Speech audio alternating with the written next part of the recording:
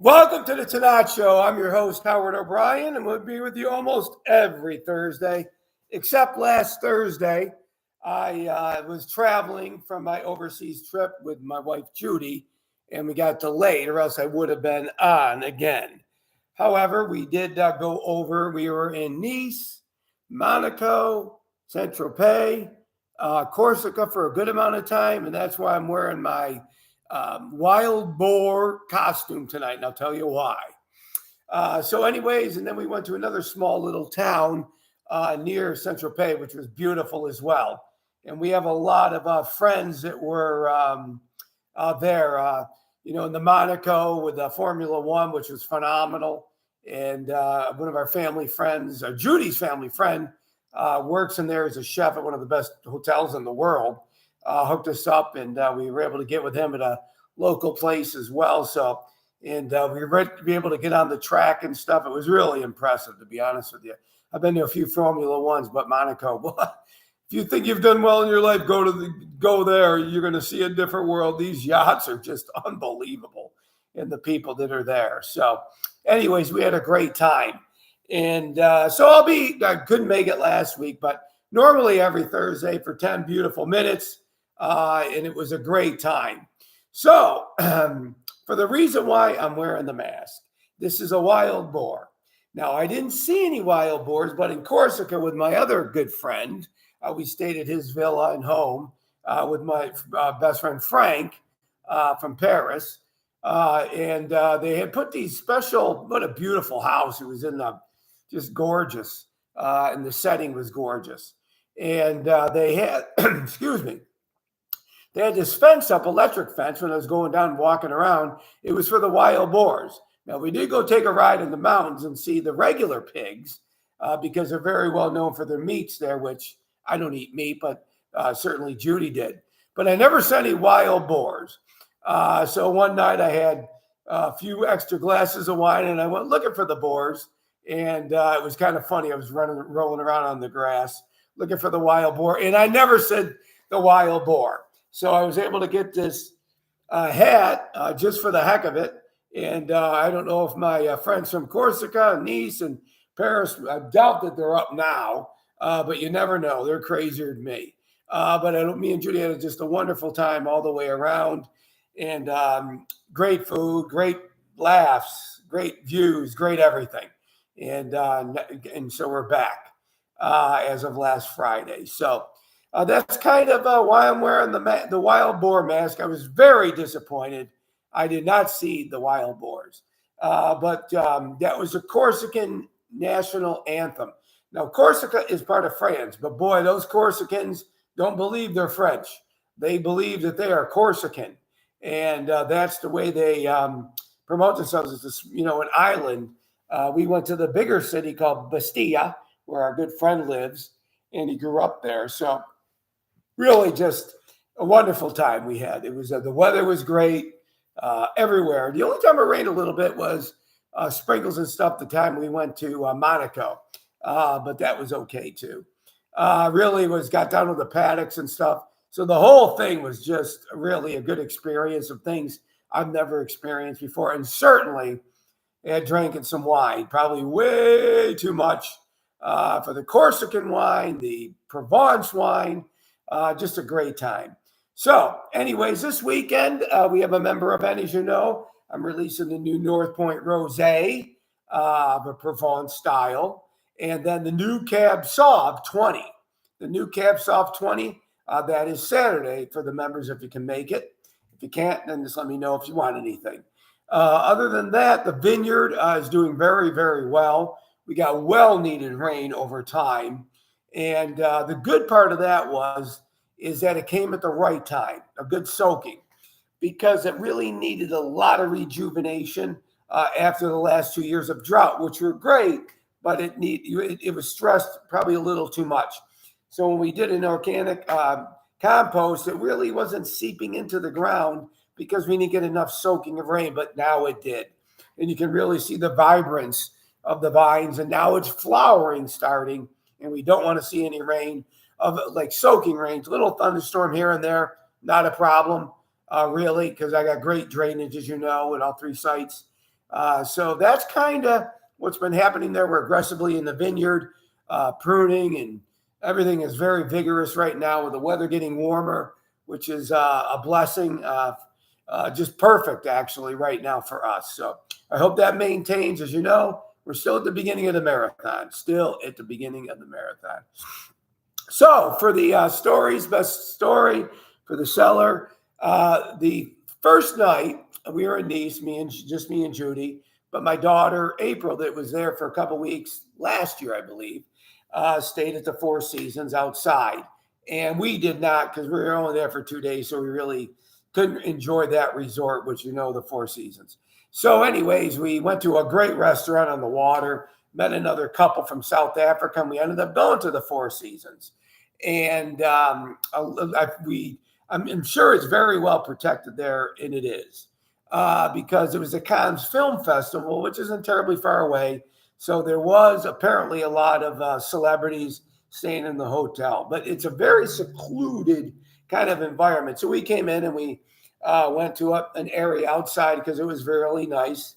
It wasn't raining or anything yet. And we were talking to the couple from South Africa, which were a brother and sister. It was just a great time. And so I wanted to talk to the Somali about ordering a nice bottle of wine. And sure enough, Judy can validate it. We are there, and he comes out, and he looks at me, and he goes, "Are you Howard O'Brien?" I go, "Yeah." He goes, "You don't remember me, but we did classes in New York in my studies of Master of Wine." And he goes, "Did you open up your winery?" And we did. So it was just a small world for him to even recognize me. I guess the good thing is it was such a long time ago, I have a similar face or something. I don't know. But we talked for quite a long time.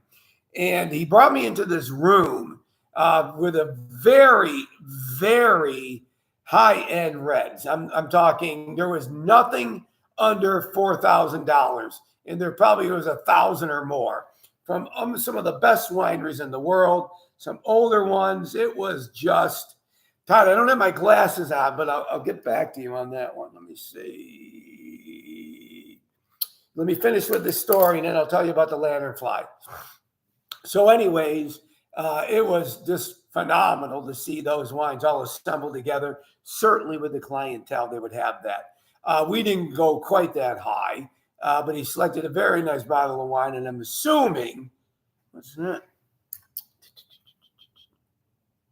I didn't try any bottles of the high-end stuff, but we had some great wines. I tried a lot of wines in Corsica, Provence, you name it, Nice, Monaco, wines, great wines, some rarer ones, and I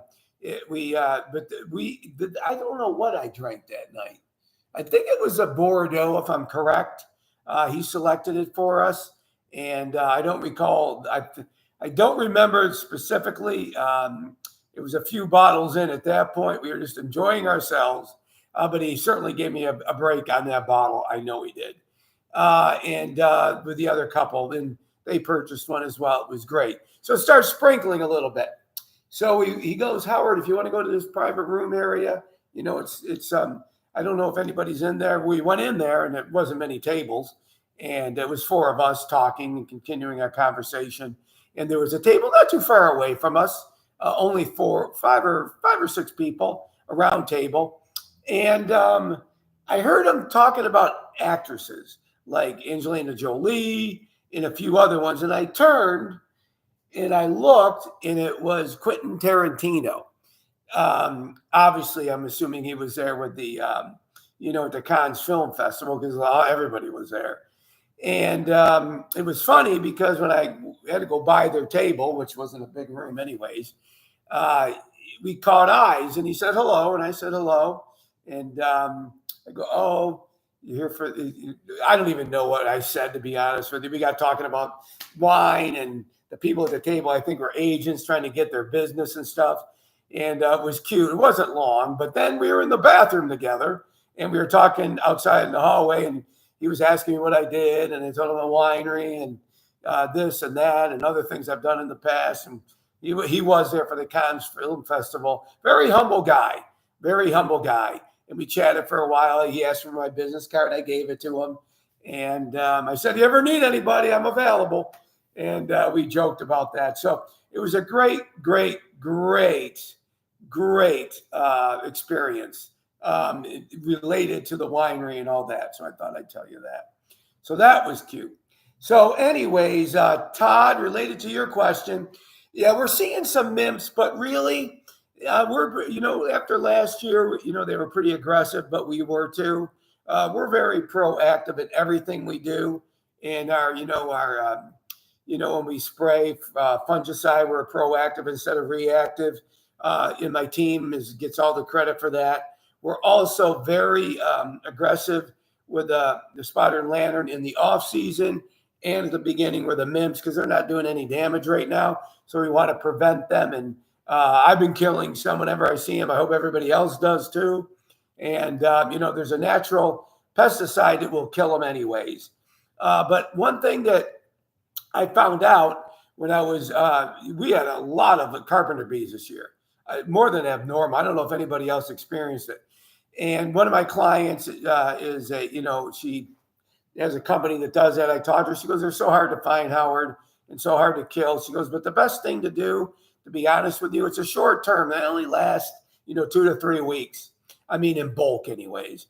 And she said, mix water, white vinegar, and Dawn. And I figured the water wasn't doing anything. So I thought I put more Dawn and more white vinegar. And let me tell you what, it took those carpenter bees out. I got really good at target practice with that. And I noticed when I was down our stairs coming up that there was 5 or 6 when I was shooting at them too. This was a couple of weeks ago or before my trip. I noticed, their nest that looked like dirt daubers nest. And I sprayed it for the heck of it. And I was shocked. It dissolved the nest, the hard shell, and the MIMPs. It dissolved them. And so we're using that a little bit too now because it's safer for the vineyard and safer for things we want to spray. And so we're going to rotate a little bit. But that's what I use when I see them now. And it really takes them out. I'm very surprised it takes the nests out too, which is the toughest things to do. So that's really where we're at with the spotted lanternfly, plus the cold weather that was so cold.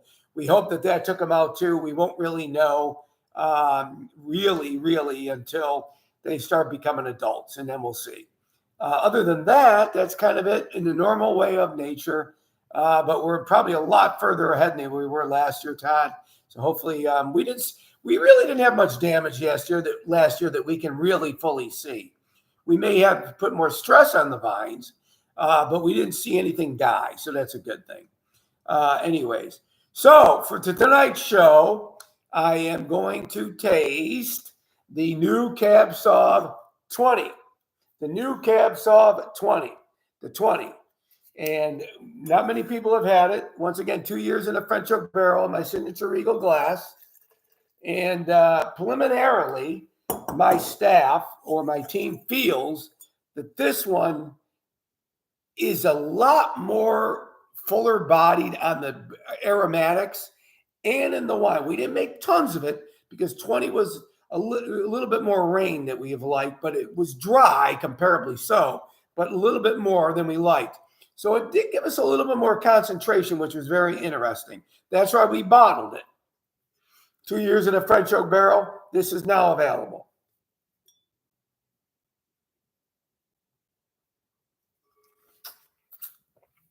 A lot of tannins in that. Woo! I'm surprised because I haven't had it. So I had a little bit before the trip. Wow, was there a lot of tannins in there. They'll soften, they'll mellow. But the characteristics, really, a lot of cherry coming out, little blackberry, definitely a little leathery. You get a little California coming out here of their Cab Sauv. Anyways, I don't like to compare. So that's it for the Cab Sauv, and the North Point Rosé will be released this weekend. Good. Keep killing them. Keep killing them. So for the competition tonight, the first one to respond on my screen will get a bottle of this.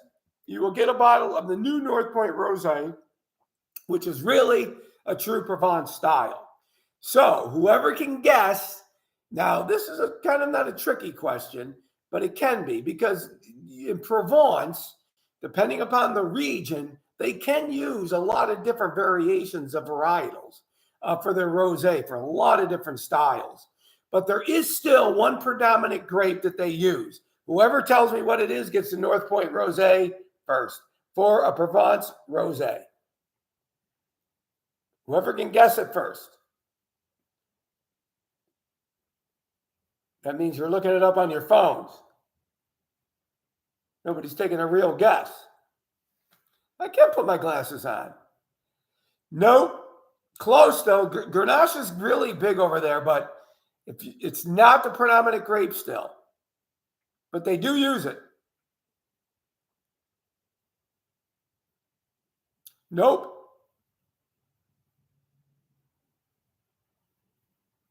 Cab Sauv. Bob, you got it. It is still Cab. Mourvedre can be used. Cinsault can be used, Craig. But Cab Sauv is still the predominant grape that they use over there. As I said, they do other ones, but Cab Sauv is still the predominant grape. And a lot of them that we tried, some of the better ones, a couple of my friends know some of the owners because they grew up in that area with some of the best ones, and they still use Cab Sauv. They do experiment with other things. However, they do that. So, Bob, you win that.